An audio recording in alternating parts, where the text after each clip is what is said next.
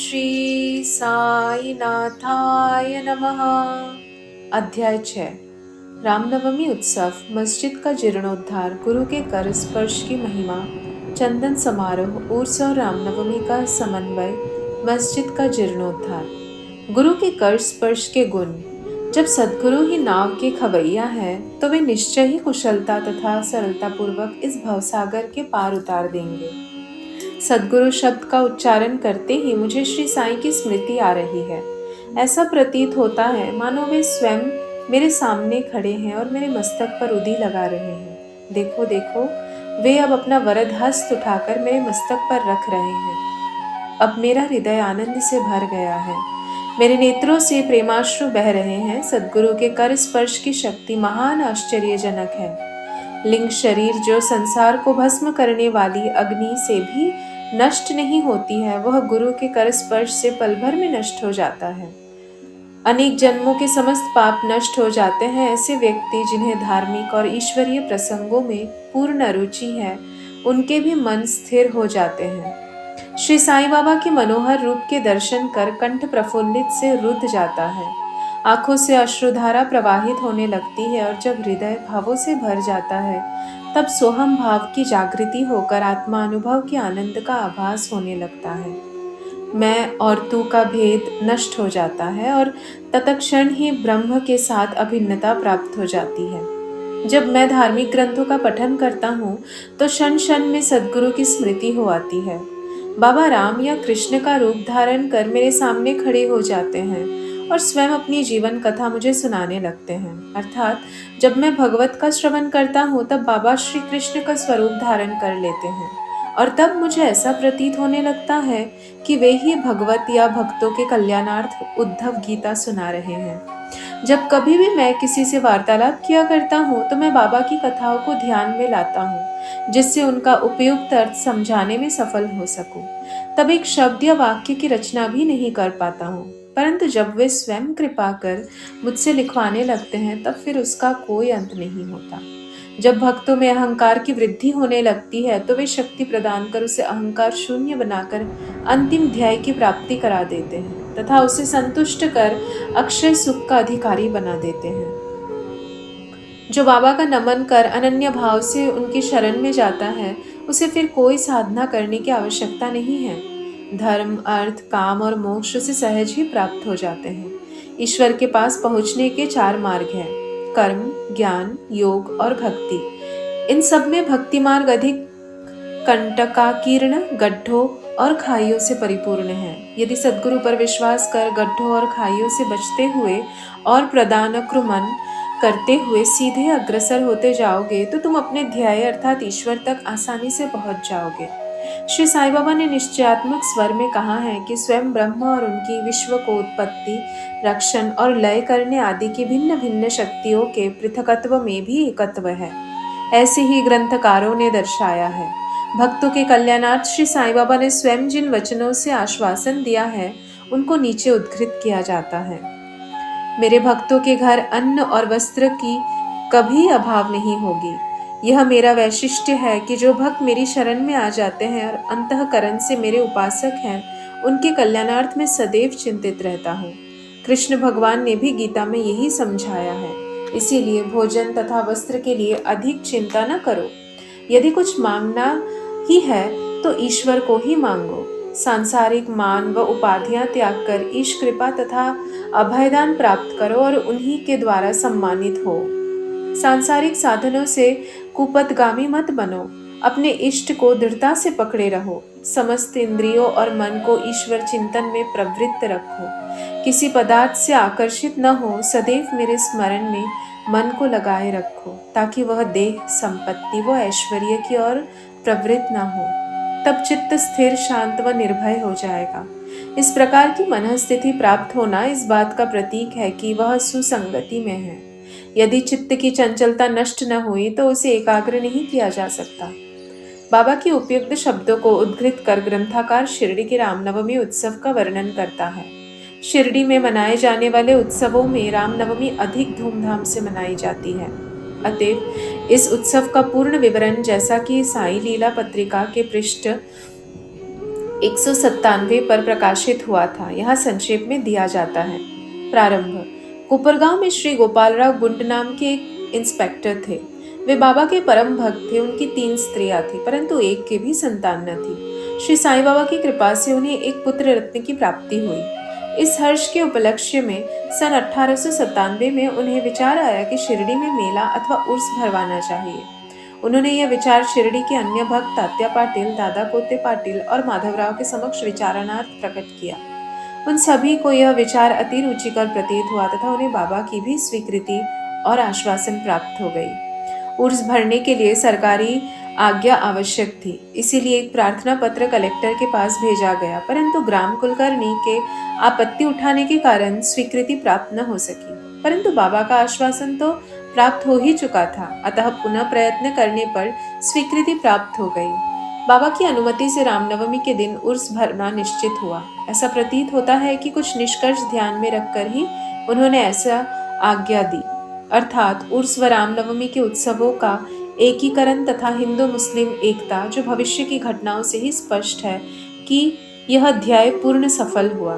प्रथम बाधा तो किसी प्रकार हल हुई। अब द्वितीय कठिनाई जल के अभाव की उपस्थित हुई। शिरडी तो एक छोटा सा ग्राम था और पूर्व काल से ही वहां जल का अभाव बना रहता था। गांव में केवल 2 कुएं थे, जिनमें से एक तो प्रायः सूख जाया करता था और दूसरे का पानी खारा था। बाबा ने उसमें फूल डालकर उसके खारे जल को मीठा बना दिया, लेकिन एक कुएं का जल कितने लोगों को पर्याप्त हो सकता था। इसीलिए तात्या पाटिल ने बाहर से जल मंगवाने का प्रबंध किया। लकड़ी व बांसों की कच्ची दुकानें बनाई गई तथा कुश्तियों का भी आयोजन किया गया। गोपालराव गुंड के एक मित्र दामू अन्ना कासर अहमदनगर में रहते थे। वे भी संतानहीन होने के कारण दुखी थे। श्री साईं बाबा की कृपा से उन्हें भी एक पुत्र रत्न की प्राप्ति हुई थी। श्री गुंड ने उनसे एक ध्वज देने को कहा। एक ध्वज जागीरदार श्री नाना साहेब निमोनकर ने भी दिया।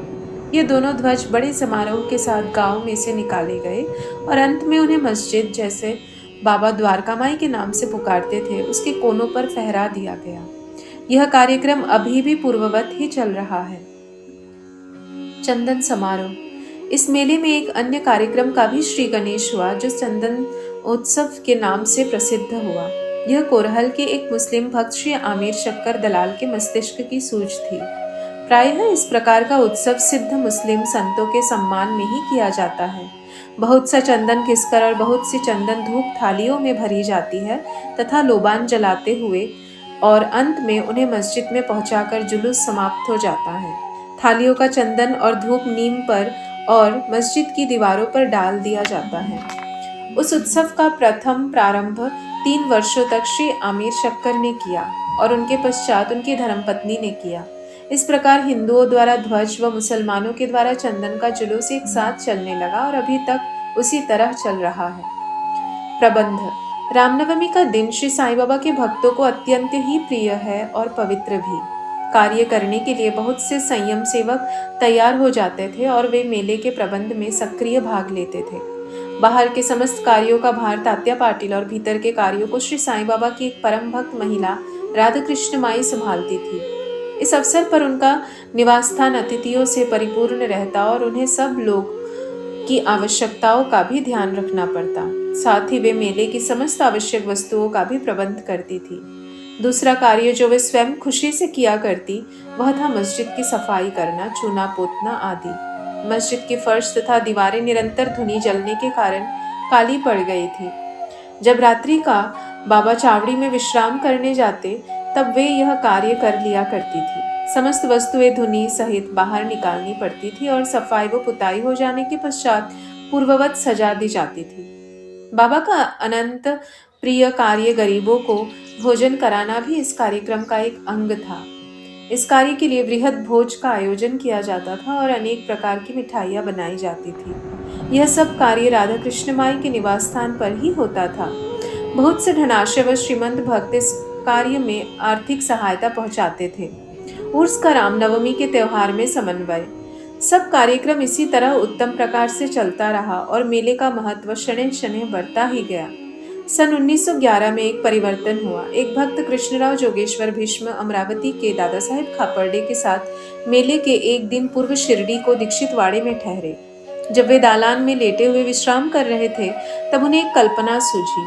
इसी समय श्री लक्ष्मणराव अपनाम काका महाजनी पूजन सामग्री लेकर मस्जिद की ओर जा रहे थे। उन दोनों में विचार विनिमय होने लगा और उन्होंने सोचा कि शिरडी में उर्स व मेला ठीक रामनवमी के दिन ही भरता है। उसमें अवश्य ही कोई गूढ़ रहस्य निहित है। रामनवमी का दिन हिंदुओं को बहुत ही प्रिय है। कितना अच्छा हो यदि रामनवमी उत्सव का भी श्री गणेश कर दिया जाए। काका महाजनी को यह विचार रुचिकर प्रतीत हुआ। अब मुख्य कठिनाई हरिदास के मिलने की थी, जो इस शुभ अवसर पर कीर्तन व ईश्वर गुणावाद कर सके। परंतु भीष्म ने इस समस्या को हल कर दिया। उन्होंने कहा कि मेरा स्वचरित रामाख्यान, जिसमें राजा राम जन्म का वर्णन है, तैयार हो चुका है। मैं उसका ही कीर्तन करूंगा और तुम हारमोनियम पर साथ करना तथा राधा कृष्णमाई सुंठवरा तैयार कर देगी। तब वे दोनों शीघ्र ही बाबा की स्वीकृति प्राप्त करने हेतु मस्जिद को गए। बाबा तो अंतर्यामी थे, उन्हें तो सब ज्ञान था कि वाड़े में क्या क्या हो रहा है। बाबा ने महाजनी से प्रश्न किया कि वहां क्या चल रहा था। इस आकस्मिक प्रश्न से महाजनी घबरा गए और बाबा के शब्दों का अभिप्राय न समझ सकने के कारण वे स्तब्ध होकर खड़े रह गए।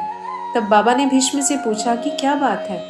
भीष्म ने रामनवमी उत्सव मनाने का विचार बाबा के समक्ष प्रस्तुत किया तथा स्वीकृति देने की प्रार्थना की। बाबा ने भी सहर्ष अनुमति दे दी। सभी भक्त हर्षित हुए और राम जन्मोत्सव मनाने की तैयारियां करने लगे। दूसरे दिन रंग बिरंगी झड़ियों से मस्जिद सजा दी गई। श्रीमती राधा कृष्ण माई ने एक झूला लाकर बाबा के आसन के समक्ष रख दिया और फिर उत्सव प्रारंभ हो गया। भीष्म कीर्तन करने को खड़े हो गए और महाजनी हारमोनियम पर उनका साथ करने लगे। तभी बाबा ने महाजनी को बुलवा भेजा। यह महाजनी शंकित थे कि बाबा उत्सव मनाने को आज्ञा देंगे भी या नहीं। परंतु जब वे बाबा के समीप पहुंचे तो बाबा ने उनसे प्रश्न किया, यह सब क्या है? यह झूला क्यों रखा गया है? महाजनी ने बतलाया कि रामनवमी का कार्यक्रम प्रारंभ हो गया है और इसी कारण यह पालना यहाँ रखा गया है। बाबा ने निम्बर पर से 2 हार उठाए। उनमें से एक हार तो उन्होंने काका जी के गले में डाल दिया तथा दूसरा भीष्म के लिए भेज दिया। अब कीर्तन प्रारंभ हो गया था। कीर्तन समाप्त हुआ तब श्री राजाराम की उच्च स्वर से जय जयकार हुई। कीर्तन के स्थान पर गुलाल की वर्षा की गई। जब हर कोई प्रसन्नता से झूम रहा था तब अचानक ये गरजती हुई धुनी उनके कानों पर पड़ी। वस्तुतः जिस समय गुलाल की वर्षा हो रही थी तो उसके कुछ कण अनायास ही बाबा की आंखों में चले गए। तब बाबा एकदम क्रुद्ध होकर उच्च स्वर में अपशब्द कहने व कोसने लगे। यह दृश्य देखकर सब लोग भयभीत होकर सिर पिटाने लगे। बाबा के स्वभाव से भली भांति परिचित अंतरंग भक्त भला इन अपशब्दों को बुरा मानने वाले कब थे? बाबा ने इन शब्दों तथा वाक्यों को उन्होंने आशीर्वाद समझा। उन्होंने सोचा कि आज राम का जन्मदिन है, अतः रावण का नाश, अहंकार एवं दुष्ट प्रवृत्तियों, राक्षसों के संहार के लिए बाबा को क्रोध उत्पन्न होना सर्वथा उचित ही है। इसके साथ साथ उन्हें यह विदित था कि जब कोई भी शिरडी में कोई नवीन कार्यक्रम रचा जाता था तब बाबा इसी प्रकार कुपित हो ही जाया करते थे। इसीलिए वे सब स्तब्ध ही रहे। इधर राधा कृष्ण माई भी भयभीत थी कि कहीं बाबा झूला न तोड़ फोड़ डाले। इसीलिए उन्होंने काका महाजनी से झूला हटाने के लिए कहा, परंतु बाबा ने ऐसा करने से उन्हें रोका। कुछ समय पश्चात बाबा शांत हो गए और उसी दिन की महापूजा और आरती का कार्यक्रम समाप्त हो गया। उसके बाद काका महाजनी ने बाबा से झूला उतारने की अनुमति मांगी, परंतु बाबा ने अस्वीकृत करते हुए कहा कि अभी उत्सव संपूर्ण नहीं हुआ है। अगले दिन गोपाल कला उत्सव मनाया गया, जिसके पश्चात बाबा ने झूला उतारने की आज्ञा दे दी। उत्सव में दही मिश्रित पोहा एक मिट्टी के बर्तन में लटका दिया जाता है और कीर्तन समाप्त होने पर वह बर्तन फोड़ दिया जाता है और प्रसाद के रूप में वह पोहा सबको वितरित कर दिया जाता है, जिस प्रकार की श्री कृष्ण ने ग्वालों के साथ किया था। रामनवमी उत्सव इसी तरह दिन भर चलता रहा। दिन के समय 2 ध्वजों का जुलूस और रात्रि के समय चंदन का जुलूस बड़ी धूमधाम और समारोह के साथ निकाला गया। इस समय के पश्चात ही उर्स रामनवमी परिवर्तित हो गया। अगले वर्ष से रामनवमी के कार्यक्रमों की सूची की वृद्धि होने लगी। श्रीमती राधा कृष्ण माई ने चैत्र की प्रतिपदा से नाम सप्ताह प्रारंभ कर दिया। लगातार दिन रात 7 दिन तक भगवान नाम लेना नाम सप्ताह कहलाता है। सब भक्त इसमें बारी बारी से भाग लेते थे। वे भी प्रातः काल सम्मिलित हो जाया करती थी। देश के सभी भागों में रामनवमी का उत्सव मनाया जाता है। इसीलिए अगले वर्ष हरिदास के मिलने की कठिनाई पुनः उपस्थित हुई। परंतु उत्सव के पूर्व ही यह समस्या हल हो गई। 5-6 दिन पूर्व श्री महाजनी की बाला बुआ से अकस्मात भेंट हो गई। बुआ साहेब आधुनिक तुकाराम के नाम से प्रसिद्ध थे और इस वर्ष कीर्तन का कार्य उन्हें ही सौंपा गया। अगले वर्ष सन 1913 में श्री हरिदास वृहद सिद्ध कवटे ग्राम में प्लेग का प्रकोप होने के कारण अपने गांव में हरिदास का कार्य नहीं कर सकते थे। इस वर्ष वे शिरडी में आए। काका साहेब दीक्षित ने उनके कीर्तन के लिए बाबा से अनुमति प्राप्त की। बाबा ने भी उन्हें यथेष्ट पुरस्कार दिया। सन 1914 से हरिदास की कठिनाई बाबा ने सदैव के लिए हल कर दी। उन्होंने यह कार्य स्थायी रूप से दासगनु महाराज को सौंप दिया। तब से वे इस कार्य को उत्तम रीति से सफलता और विद्वता पूर्वक पूर्ण लगन से निभाते रहे। सन 1912 से उत्सव के अवसर पर लोगों की संख्या में उत्तरोत्तर वृद्धि होने लगी। चैत्र शुक्ल अष्टमी से द्वादशी तक शिरडी में लोगों का संख्या में इतनी अधिक वृद्धि हो जाया करती थी मानो मधुमक्खी का छत्ता ही लगा हो। दुकानों की संख्या में वृद्धि हो गई। प्रसिद्ध पहलवानों की कुश्तियां होने लगी। गरीबों को वृहद स्तर पर भोजन कराया जाने लगा। राधा कृष्ण माई के घोर परिश्रम के फलस्वरूप शिरडी को संस्थान का रूप मिला। संपत्ति भी दिन प्रतिदिन बढ़ने लगी। एक सुंदर घोड़ा, पालकी, रथ और चांदी की अन्य वस्तुएं, बर्तन, पात्र, शीशे इत्यादि भक्तों ने उपहार में भेंट किए। उत्सव के अवसर पर हाथी भी बुलाया जाता था। यद्यपि संपत्ति बहुत बड़ी, परंतु बाबा उन सबसे सदा निरपेक्ष ही रहते थे। वे सदैव उसे अपेक्षा की दृष्टि से देखते और सदैव की भांति ही साधारण वेशभूषा धारण करते थे। यह ध्यान देने योग्य है कि जुलूस तथा उत्सव में हिंदू और मुसलमान दोनों ही साथ साथ कार्य करते थे, परंतु आज तक न उनमें कोई विवाद हुआ और न कोई मतभेद ही। पहले पहल तो लोगों की संख्या 5000 से 7000 के लगभग ही होती थी, परंतु किसी किसी वर्ष तो यह संख्या 75,000 तक पहुंच जाती थी। फिर भी न कोई बीमारी फैली और न ही कोई दंगा हुआ। मस्जिद का जीर्णोद्धार। जिस प्रकार उर्स या मेला लगने का विचार प्रथमतः श्री गोपाल गुंड को आया था, उसी प्रकार मस्जिद के जीर्णोद्धार का विचार भी प्रथमतः उन्हें ही आया। उन्होंने इस कार्य के निमित्त पत्थर एकत्रित कर उन्हें वर्गाकार करवाया, परंतु इस कार्य का श्रेय उन्हें प्राप्त नहीं होना था। वह श्रेयक्ष तो नाना साहेब चांदोड़कर के लिए ही सुरक्षित था और फर्श का कार्य काका साहेब दीक्षित के लिए। प्रारंभ में बाबा ने इन कार्यों के लिए स्वीकृति नहीं दी, परंतु स्थानीय भक्त महासपति के आग्रह करने से बाबा की स्वीकृति प्राप्त हो गई और एक रात में ही मस्जिद का पूरा फर्श बन गया। अभी तक बाबा एक टाट के टुकड़े पर ही बैठते थे। अब उस टाट के टुकड़े को वहां से हटाकर उसके स्थान पर एक छोटी सी गद्दी बिछा दी गई। सन 1911 में सभा मंडप भी घोर परिश्रम के उपरांत ठीक हो गया। मस्जिद का आंगन बहुत छोटा था, असुविधाजनक था। काका साहेब दीक्षित आंगन को बढ़ाकर उसके ऊपर छप्पड़ बनवाना चाहते थे। यथेष्ट द्रव्य राशि व्यय कर उन्होंने लोहे के खंभे, बुल्लियां व कैंचियां मोल ली और कार्य भी प्रारंभ हो गया। दिन रात परिश्रम कर भक्तों ने लोहे के खंभे जमीन में गाड़े। जब दूसरे दिन बाबा चावड़ी से लौटे, उन्होंने उन खंभों को उखाड़ कर फेंक दिया और अति क्रोधित हो गए। वे एक हाथ से खंभा पकड़कर उसे उखाड़ने लगे और दूसरे हाथ से उन्होंने तात्या का साफा उतार दिया और उसमें अलग आग लगाकर गड्ढे में फेंक दिया। बाबा के नेत्र जलते हुए अंगारे के सदृश लाल हो गया। किसी को भी उनकी ओर आंख उठाकर देखने का साहस नहीं होता था। सभी बुरी तरह भयभीत होकर विचलित होने लगे कि अब क्या होगा।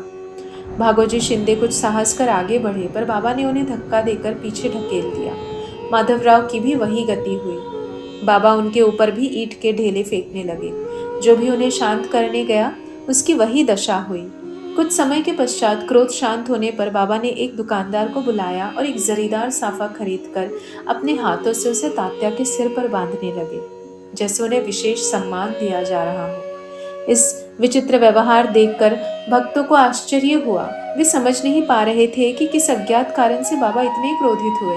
उन्होंने तात्या को क्यों पीटा और तत्क्षण ही उनका क्रोध क्यों शांत हो गया। बाबा कभी कभी अति गंभीर तथा शांत मुद्रा में रहते थे और बड़े प्रेम पूर्वक वार्तालाप किया करते थे, परंतु अनायास ही बिना किसी गोचर कारण के वे क्रोधित हो जाया करते थे। ऐसी घटनाएं देखने में आ चुकी है, परंतु मैं इसका निर्णय नहीं कर सकता कि उनमें से कौन सी लिखूं और कौन सी छोड़ूं। अतः जिस क्रम में वे याद आती जाएंगी, उसी प्रकार उनका वर्णन किया जाएगा। अगले अध्याय में बाबा यवन है या हिंदू, इसका विवेचन किया जाएगा तथा योग, साधन, शक्ति और विषयों पर भी विचार किया जाएगा। श्री सद्गुरु साईनाथार्पणमस्तु। शुभम भवतु। ओम श्री साईनाथाय नमः।